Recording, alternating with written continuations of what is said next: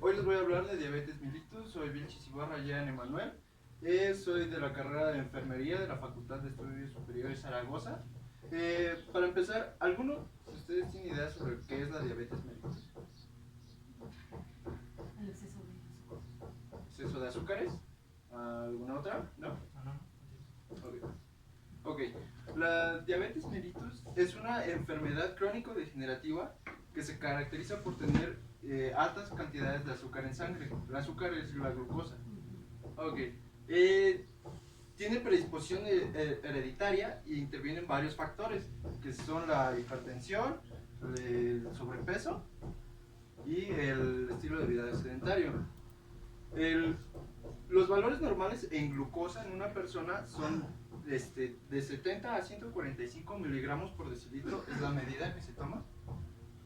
Pero este valor es a lo largo del día, es en tu día normal, comiendo. En ayuno sería de 70 a 100 miligramos por decilitro, en ayuno sin haber comido, y después de 2 horas postpandrial, que sería después de haber ingerido un alimento, tiene que llegar a los 140 miligramos por decilitro o menos. Los valores anormales son los que nosotros tomamos, que son de 100 a 125 miligramos por decilitro en ayuno, ahí es cuando es un signo de alarma. Y postpandrial, que sería 2 horas después de haber desayunado, que es de 140 a 199 miligramos por decilitro. Cuando sobrepasa estos valores es cuando ya se piensa que es diabético la persona. ¿Por qué pasa esto? Existen dos razones, que es una nula producción de insulina. La insulina es la hormona generada por el páncreas, con la cual las azúcares o la glucosa es transportada y utilizada por las células. Entonces, y hay una deficiencia en la acción de la insulina. O sea, que la insulina no cumple su acción. Lo que les decía, que la glucosa o azúcares entran en las células para aportar energía. Pero, ¿quién es responsable de estas actividades? El responsable de que se genere o no la insulina es el páncreas. Es el órgano que se va a enfocar en esto. Ahora, el páncreas es una glándula exócrina y una glándula endocrina. Exócrino quiere decir que va a ayudar en la digestión o en otro órgano. Los jugos que secreta o las sustancias van a viajar a través de túbulos al lugar al que van a llegar. Por ejemplo, el páncreas ayuda en la digestión, por eso ahí está la imagen. Y también es endocrino porque va a secretar hormonas que van a estar van a entrar al torrente sanguíneo. Una de estas hormonas es la insulina. ¿Sí? Entonces, en la parte endocrina tiene dos tipos de células, son las que nos vamos a basar, que son las células alfa y las células beta. Las células alfa, cuando no has comido y haces ejercicio, por ejemplo, va a secretar glucagón. El glucagón es lo contrario a la insulina. Lo que va a hacer es aumentar los niveles de azúcar en sangre para que tengas aporte energético. ¿Sí? Y entonces, aquí es donde entran las células B. Después de ingerir alimentos, empiezas a tener azúcares o glucosas, y entonces para procesarlas se secreta la insulina, y entonces lo que hace la insulina es disminuir los niveles de azúcar en la sangre. ¿Sí? Serían las contrapartes. Ok, este sería más o menos un esquema de cómo sería. El páncreas puede secretar tanto insulina como glucagón, y entonces en el hígado es donde se procesa y se hace una formación de glucógeno estimulada o la degradación del glucógeno.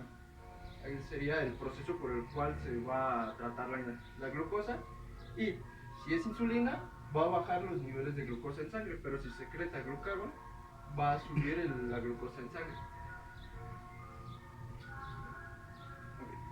Ahora, ya más enfocados al tema serían los tipos de diabetes. De la diabetes tenemos 3 tipos, pero normalmente solo se toman 2, que es la diabetes tipo 1 y tipo 2. En la diabetes tipo 1 es donde el páncreas no produce insulina para nada, no hay ningún tipo de generación de insulina, entonces a estos son a los que se les llaman insulino dependientes. En diabetes tipo 2, el páncreas puede generar insulina, pero no de buena calidad, entonces ya no se da el aporte. Aquí hay un ejemplo de una puerta.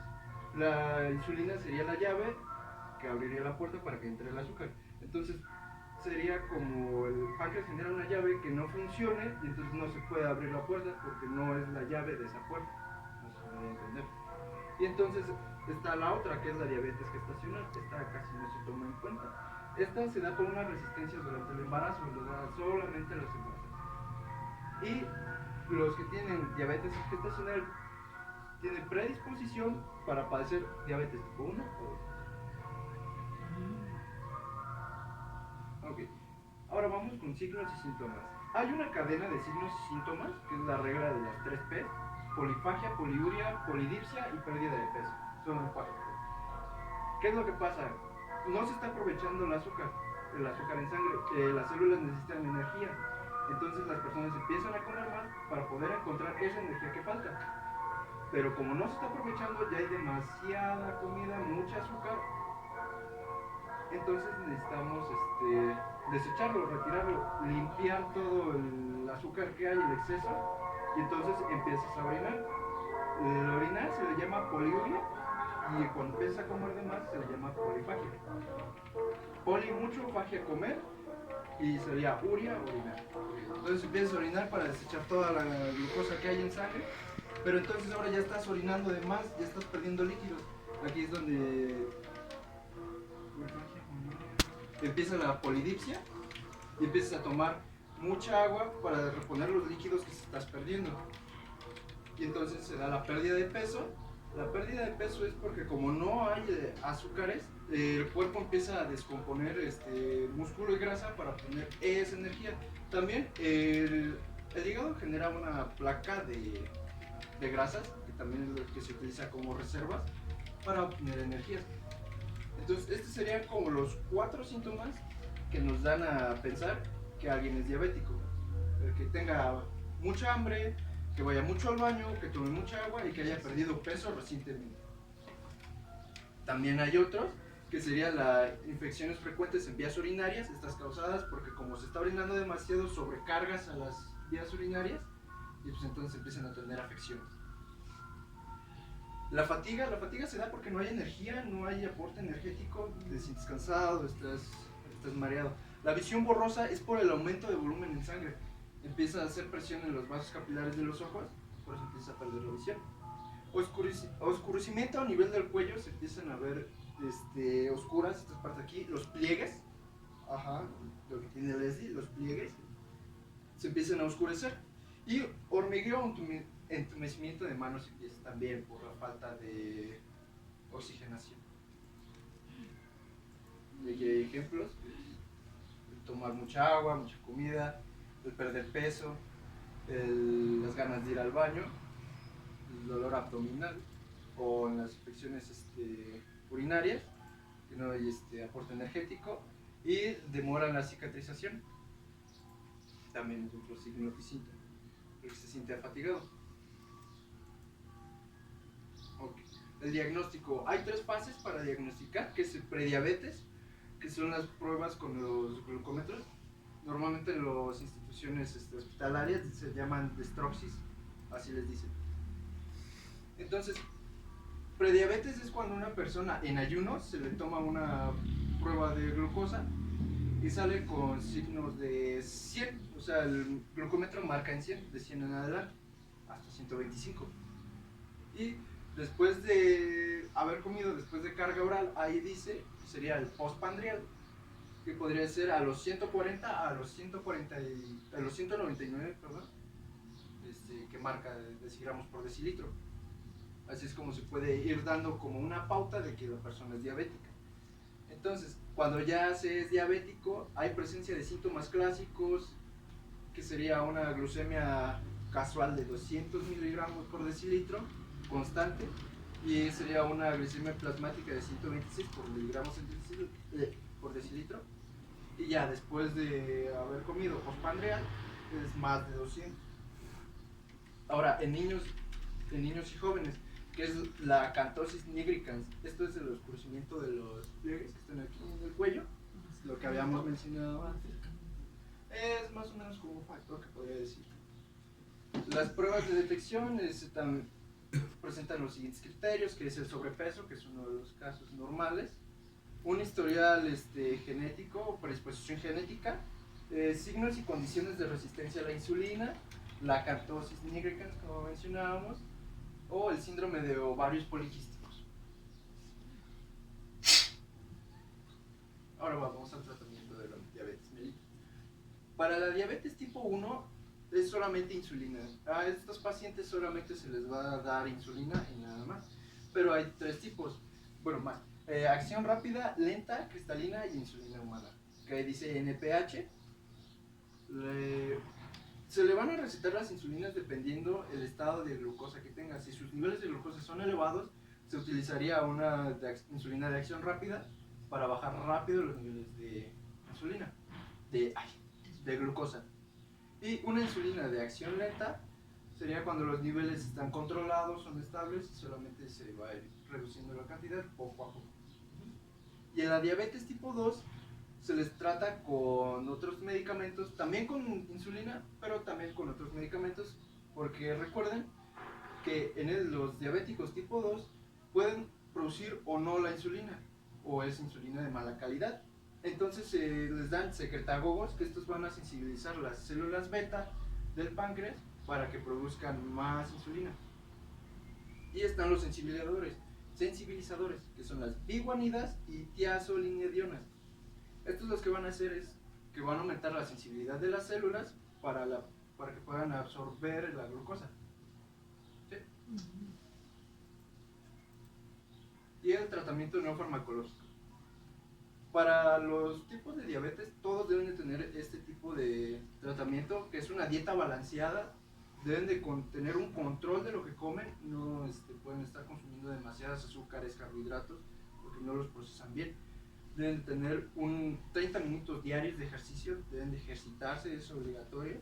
Un equilibrio del peso. No pueden estar teniendo aumentos y bajos de peso descontrolados, deben de llevar totalmente un control de ellos.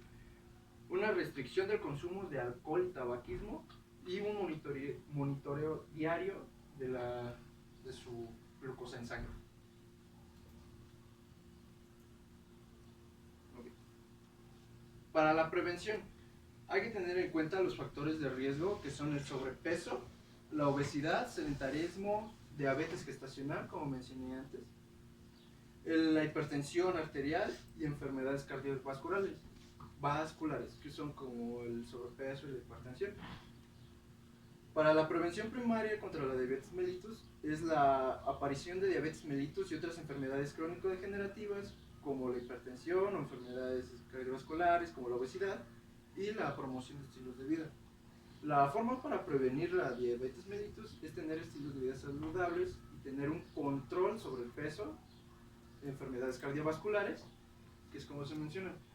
Se ven muy relacionadas estas 3 enfermedades: sobrepeso, hipertensión y diabetes mellitus. Van juntas. Normalmente una destaca a otra. Por ejemplo, la diabetes mellitus puede provocar hipertensión debido a los altos niveles del volumen sanguíneo. Eso sería un ejemplo. Ok, aquí es lo que les mencionaba: debe tener un control de peso, debe tener alguna actividad física, no debe tener un estilo de vida sedentario, debe mantenerse activo para controlarse y que la insulina se esté ocupando.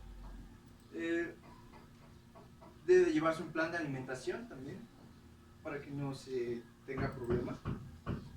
Entonces aquí vamos con la actividad física. La actividad física actual tiene un efecto protector contra la diabetes, como la actividad de la vida diaria, trabajo no sedentario, que serían como los de oficinas que están normalmente sentados. A ellos se les recomendaría tener otros tipos de actividades, hacer ejercicio, activarse. Normalmente es eso, solamente activarse. No tiene que ser mucho tiempo, 20 a 40 minutos estaría bien. Una alimentación. Se recomienda la alimentación con moderación en el consumo de alimentos de origen animal por el alto consumo de grasas y de colesteroles. Reducir el consumo de alimentos con exceso de azúcares, sal y grasa. Debe estimularse el consumo de verduras, frutas, leguminosas y fibras. O sea, tener una dieta muy equilibrada. Y terminamos con una frase que sería: 10 gramos de prevención equivalen a 1 kilogramo de curación. Los soldados, ¿por qué están tan Los delgados son porque han perdido peso o porque no tienen control de... Ya es gente delgada.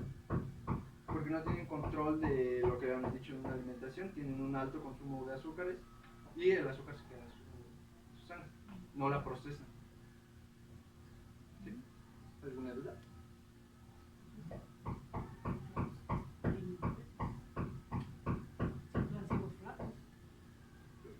Y comen puros frijoles.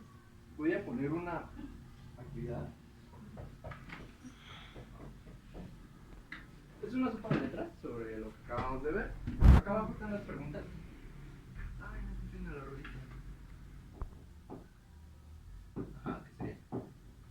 Enfermedad crónica degenerativa caracterizada por niveles elevados de azúcar en la sangre. Sí. Pero el punto es buscarla acá. Ah, ¿por qué no se acercan más para acá? Ah, de aquí.